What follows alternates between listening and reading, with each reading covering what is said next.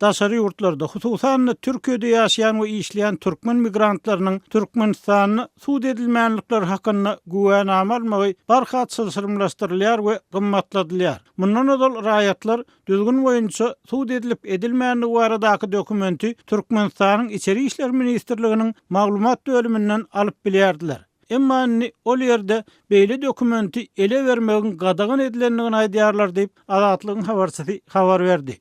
Mundan başga daşary ýurtlardaky türkmen raýatlary bu meselede türkmen diýiminiň hyzmatyndan hem peýdalanyp bilýärdiler. Emma habarçynyň maglumatyna görä Türkmenistanyň daşary işler ministrligi inni raýatyň bu hyly möhüm üçin içeri işler ministrligine ýüz tutmaýany barada bildiriş atyp goýdy.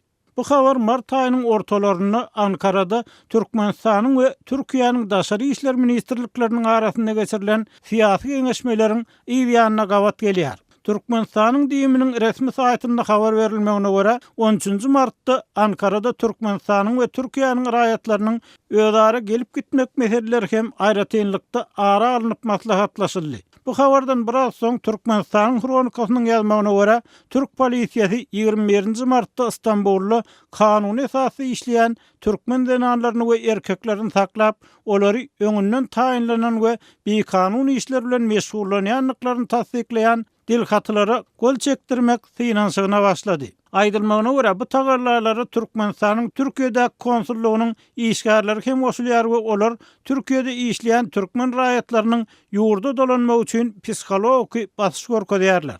Azatlyk radiosu Türkiýede türkmen konsullugynyň işgärleriniň zähmet migrantlaryny edýän basyşlarynyň güýçlendirilýänligi barada mundan öň geçen ýylyň maý aýynda habar berdi. 2018-nji ýylyň maýynda Azatlygyň habarçysy bilen anonim şertde gurlaşan türkmen raýatlarynyň tasdiklamagyna görä Türkiýede ýaşaýyş ýa-da zähmet ruhsatyny almak isleýän migrantlaryň käbir Türkmenistanyň Istanbulda konsullugyna zerur dokumentler soramagy baranda ol ýerde berk soraga çekildi. Şondan öň aýdylmagyna görä Istanbul'un migrasiýa idarasy türkmen migrantlarynyň öz ýurduna suud edilip edilmänligi baradaky resmi namany Türkiýanyň kaziýetinden getirmegi soraýan eken. Soňky 3 aýdan bäri bu resmi namany öz ýurdundan konsullugyň üstünden almagy talap edýärler diýip Türkiýede ýaşaýan türkmen migranty geçen ýylyň maýynda aýtdy. Onun sözlerine görä konsulluk öz ýurdundan şeýle resmi namany soraýanlardan şol wagt 9 Amerikan dollar meçörüni döwlet tölegine alýardy. Emma Azatlygyň habarçysynyň